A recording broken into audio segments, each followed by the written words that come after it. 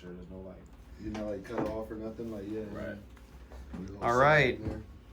What up, world? This is Joshua Bean from Green Book of Tampa Bay. I am so happy to be here live on location at Debonair Prince in Tampa, Florida.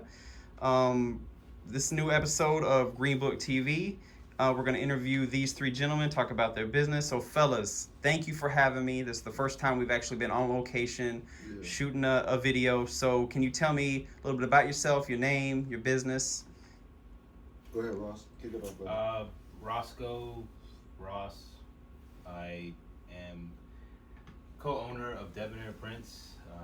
We are a black-owned screen printing company. We make T-shirts. We do graphic design. We do embroidery. We do most customizations for mostly smaller brands and other creatives. That's like our niche. I also do car shows, and I own a brand called I Love Driving Slow, other black-owned company, and we host events. We shut down 7th Avenue Ybor. We do events in Lakeland at the Sun and Fun Airport. So that's me. That's what I do. Yes, Beautiful. That's what's my up. My name's Justin J Cannon. A lot of different names people know me by. I am a graphic designer, and I am also co-owner of Debonair Prince and Debonair District. And I'm the creative director for I Love Driving Slow. So that's pretty much what I do. Joe? Name is Joe Rod Collier. The third component to Debonair Prince, and co-owner of the Debonair District as well, which is a contemporary streetwear brand for creatives. And kind of by trade, I'm also a photographer as well. Beautiful, beautiful.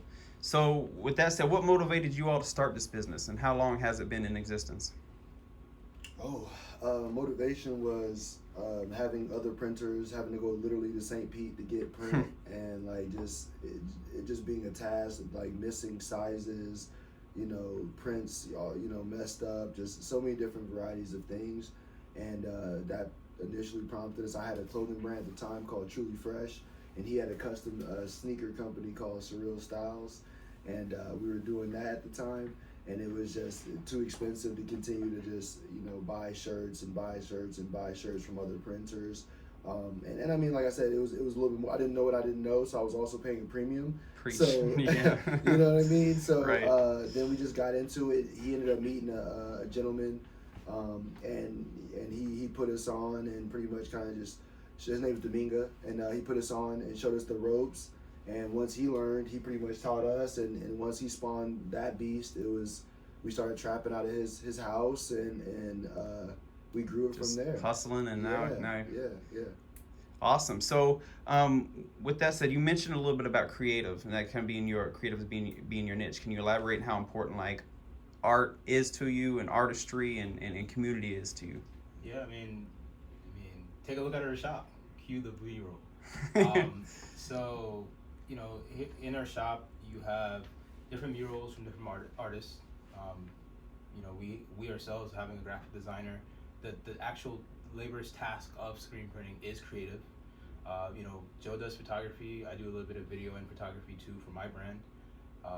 And it's just, right out of high school, we came together as friends, and we all had, our own piece to the puzzle. And we put that together, and then, like minds, you find other people that are into the same creative field that we're in, and we just keep it, it's like underground rap in a way, but at the same time, you're doing something so good that's so loud that everyone sees it. So that's where like we tagline the print shop as print creatively, because we always see it in a different way. Like, doing a job for us is not just doing a job. It's like, okay, like, how can we do this, and the consultation with the customers, and just like really making the process, a little bit more enjoyable than more hands-on. Exactly. And I mean, I think that's the hands-on approach speaks to the creative, right? So the creators are the doers, and a lot of times you have the people at the top that are thinkers, that are necessarily ones that have vision, but the doers are the ones that make it happen. And so when we say we speak to creatives, we're talking about every facet of art, not just necessarily music, not necessarily poetry, dance. There's so many different varieties that we're speaking to, and I think we've only begun to touch like the tip of the iceberg of how we can introduce the intersection between what we do with fashion and having that vertical and mixing it with so many different crafts and creatives. So that when we say creatives, those are the people we're talking to, the people that get their hands dirty and get the job done and make it happen. Beautiful. That I love that answer. So, and with that said, do you feel like you've been embraced and felt the love and support from other creatives in the area, sharing like 100%. minds, like passion? Yeah, that's 100%. you know, like a new, like for example, like what 3 weeks ago we had an artist. You know, he came, he wanted to use the floor. That's another thing we do. We do events, like I mentioned earlier. He wanted to use the area to do his album release. So we build the vibe with the art, and just, you know, it's not like high key. It's somewhat grunge, but not all the way grunge. So like the shop in itself actually embodies and welcomes other creatives. So like he did his album release, and then we bartered to do, you know, a shirt concept. So he really got like full service. Like he literally got him to design the shirt, got, you know, his album release done. So it's very easy when you're in a creative space to tag other creatives along. That, to your point. I love it. Yeah. I love it. Thank you. So how would you say your business has changed or shifted the most since it first started? And in addition to that, I know with the pandemic, how have you all been able to like adapt and stay afloat with everything going on? I know I've been talking to, I should let Joe Rod talk, but I'll answer quick. So the building is forever evolving, but especially with the pandemic, we've learned more of what we want to accept and what we want to do. You never let your business run you, you run your business. So yes, you want to take as many orders as possible, you want to do every possible job that comes through the door, but it really taught us, like, this is going to take a lot of time. So if we're not getting the right, you know, compensation, or you know, we're doing something that maybe might be iffy, the customer might not really like it. Like, we really learned, and we are still learning how to, you know, navigate through accepting and denying certain jobs. That makes a lot of sense, especially with me and Hillary. We're learning this too, but go ahead. And I was going to add to that, as far as just balancing out between the brands, right? Because we're not just screen printers, because we are a brand. A lot of times that's what draws people in.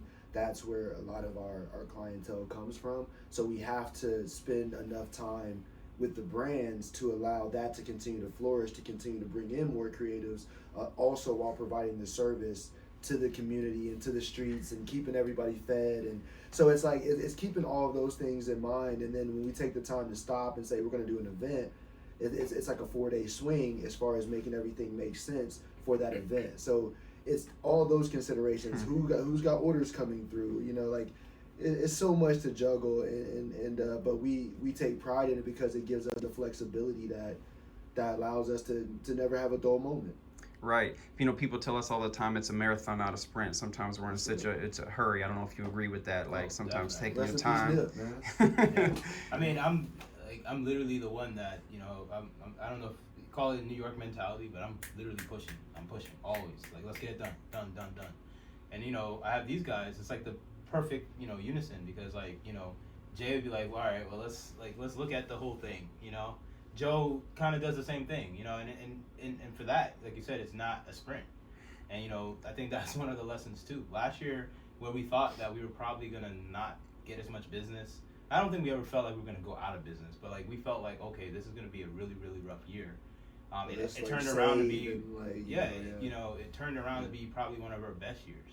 And I think it's just a lot of the grinding principles, I guess you can call it. Mm-hmm. Like, we've all struggled. Like, we've all, like, you know, so I think just being in that particular mode, like, you know, knowing that mode, we were able to kind of take the right steps to move through 2020. Nice.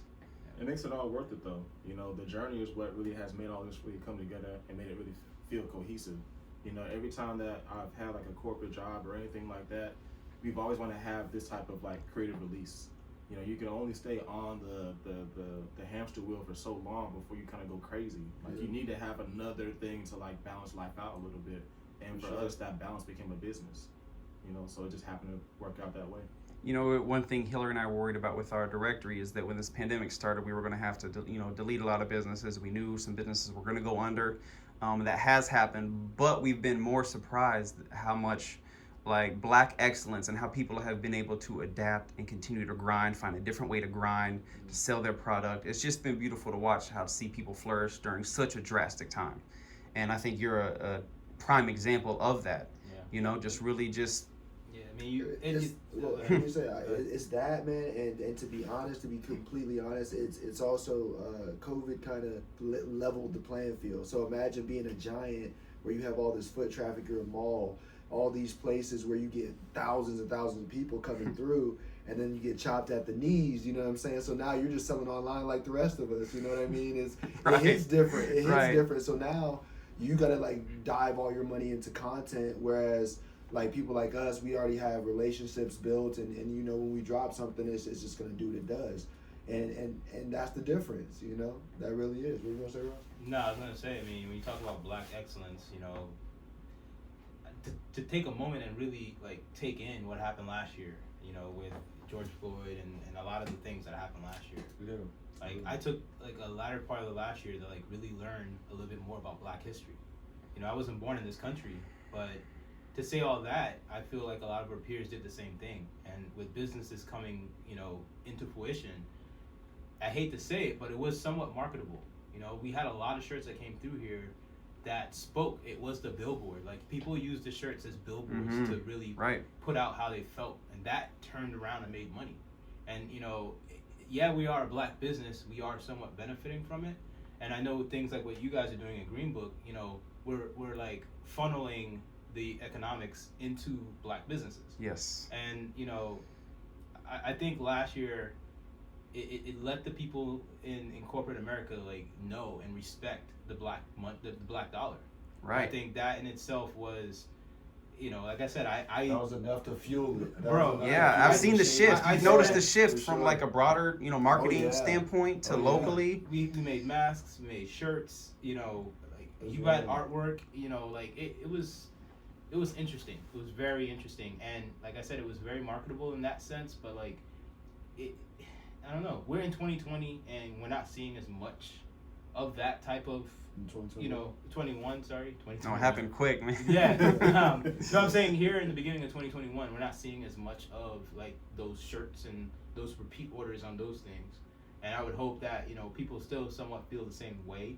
That's and where that we're they're at. not losing, you know, that feel. That's where we're at. That's what I was telling y'all before. 'Cause Like it's we not don't want it to about be a just- hashtag. Yeah, it's not just about looking at Green Book to like know where to shop, but it's like, yo, you gotta understand like what you're actually doing. Mm-hmm. Like, you Change know, the lifestyle. because like our business becomes successful, it might be your son and daughter, white, Black, Asian, whatever, that now has a place to work. Right. You know what I'm saying? So it's like, yeah, if our business doesn't thrive, like we can't hire other people.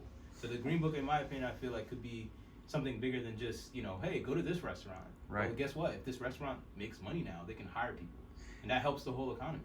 You know, it's like, working in a school, that's really the base of why we got this started. We figured like we improve Black businesses, that means more Black jobs. That means more Black teenagers are employed, and it just, you know, it keeps going and going and going and going, trickle down effect. So I really like what you said there. we definitely benefited last year a little bit too. We had what was the name of the program? Career Source Tampa Bay. Yep. You know, so like, you know, not for nothing, the majority of the kids that came were Black kids. They all were. It was, Yeah. We had a 17-year-old, a 19-year-old, and a 20-year-old. That's a beautiful thing, man. So to say this, you know, they're not getting like, okay, we're never their boss. We're like their big brother. You know, a lot of times kids, and I can remember me as a child, like we wanted to know the why. It's not, yo, clean the screen off and prepare for tomorrow. It's, yo, clean the screen off and prepare for tomorrow, so then when you go to work, it's a little bit easier for you. You know, and I feel like if any type of leadership that we've ever put out in this business, last year was definitely like a big year for that. And it felt good in my heart, you know, like to know that, you know, like these kids, they were like, I didn't know y'all. That's awesome, man. They were empowered when they left. And that's what it was about. It was like the silent moves, you know, and just like getting it done, and like that was a big thing too. At the beginning of with everything going on, it was so much. Like I was even online, you know, and I was marching, I was doing everything, you know, I'm doing what I can. And it's like the more I looked at the big picture, and I'm a zoom out type of person, the more I realized it's like really the only thing you can do is hands on. That's it. Or money on. You know what I'm saying? So it's either you do it with your money or you do it with your hands. And so we just chose to do it with our hands. We got really involved, and we're gonna continue to do like those type of programs and just try and That's teach amazing. and hopefully let them build a craft and kind of develop from there. So it was really, like I said earlier, like it's really that big brother conversation. Like we were able to listen to them.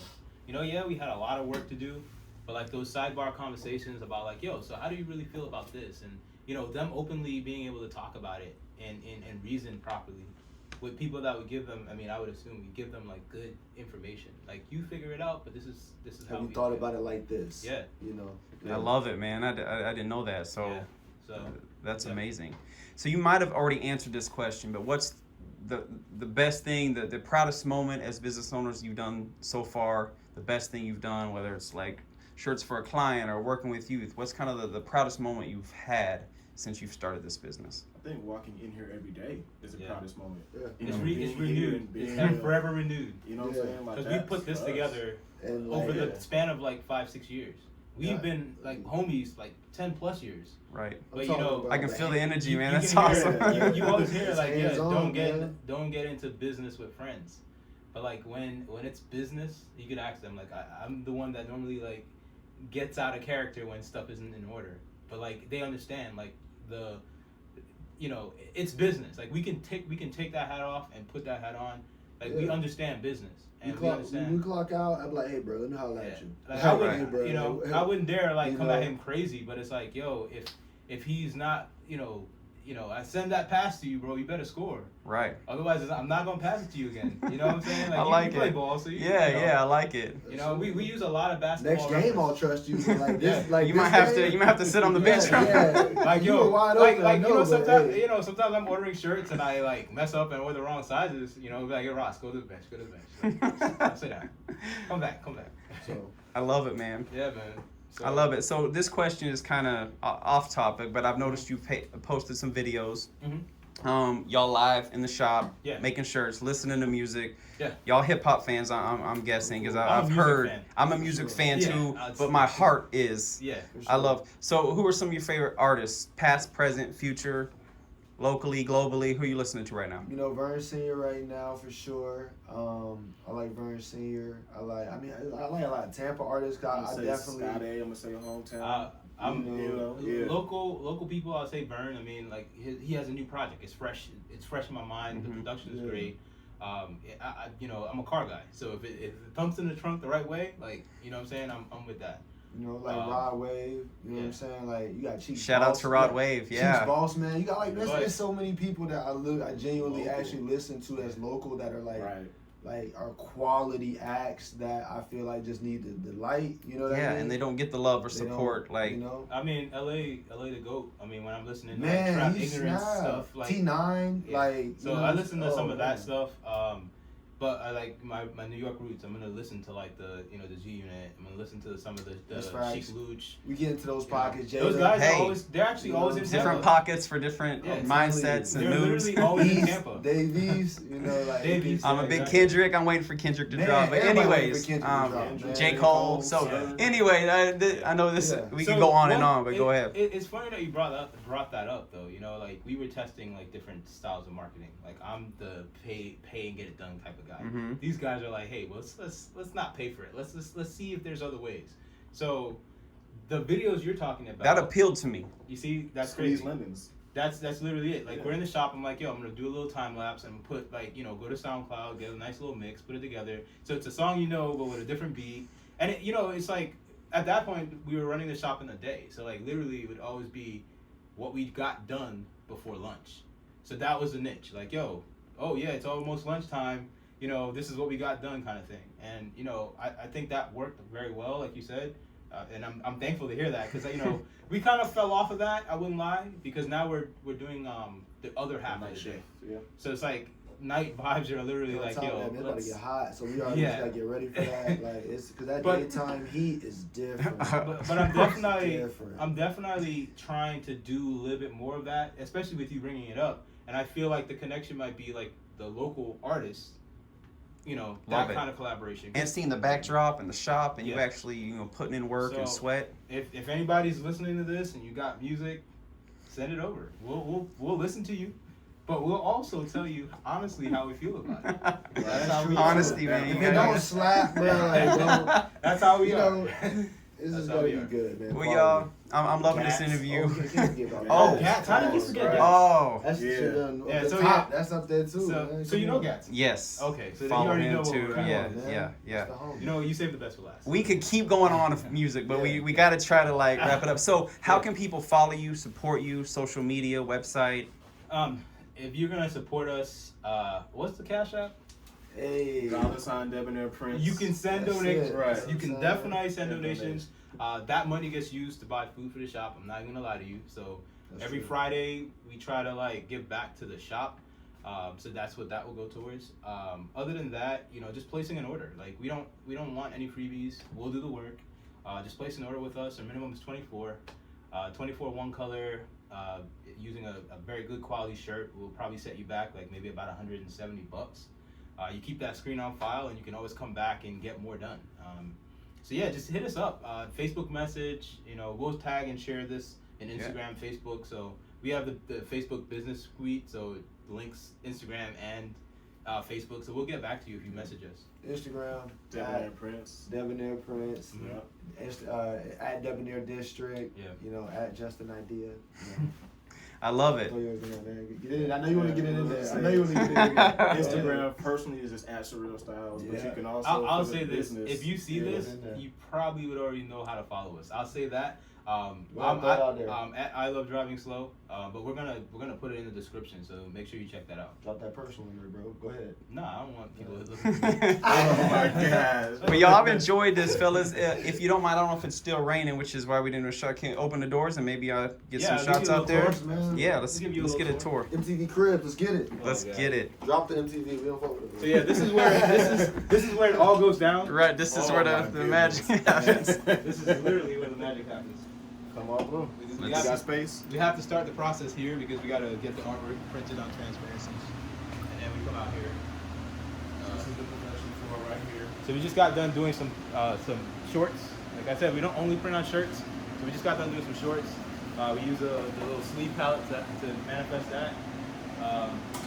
This is our 6 colors, 4 stations. And we're just getting, this is already set up, I think, for Monday so that we can get some stuff done. We were fortunate to get another press. This is also another 6-4. So most times they're going in tandem. One thing that our shop does different, most big shops, they do have like a belt dryer. So it like gets, cured on a belt, but sometimes it leaves like a very rough finish. So I know a lot of the big shops, they charge extra for you to like press the shirts. So we actually, as a primary source, we press the shirts to cure them. That makes sure that the ink is locked into the shirts, and also make sure it hits the right temperature. Where sometimes the belt can vary. So that's another, I guess, cool thing about the shop. Nice. So that's the heat press over there. Those hoodies were getting heat pressed, and then inks. One thing about a print shop, you look at their ink area, that can typically tell you how clean they are. So right now it's not like 100%, but it's a lot better than most shops. No disrespect to anybody's shop, but we Shops have be looking crazy. yeah, we have an array of inks. We can do custom colors. We mix them sometimes, like this one. Like some customer needed like a little bit of a coral, like a different type of coral, so we just mixed this one. But yeah, man, this is our shop. We're insulating. We're getting ready for the hot summer. I love the artwork too. Yeah, oh yeah, don't forget the art. And of course, Kobe, the GOAT. The GOAT. Yeah. Right behind MJ. You know what I'm saying? So yeah, man, this is where we're at. Love it. Love it, fellas. Thank you. It's been real. Yeah, man. I appreciate it. Always, man. Green Book signing off.